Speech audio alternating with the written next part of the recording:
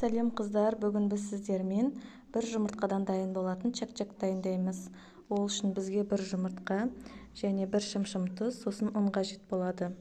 Жақсылап араластырып, қолымызға жабыспайтын қамыр илейміз.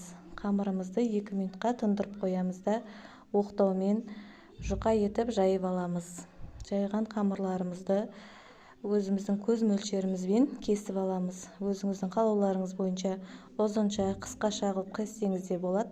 Маған осылай ыңғайлы болған соң осылай кесіп, осы аралықта табамызға майымызды қыздырып қоямыз. Қызып тұрған майымызға 2-3 минут көлемінде сарғайғанша пісіріп аламыз. Өте тез, өте дайын болатын чак-чак. Қонақ келген жағдайда тез дайындап берсеңіздер болады. Осылай бетіне сгущенка салып, жақсылап араластырып, ыдысымызға салып аламыз. Қалауларыңызша бетіне мак сеуіп қойдым мен, өздеріңіз білесіздер. Ұнаса лайк басып, комментарий жазып кетіңіздер.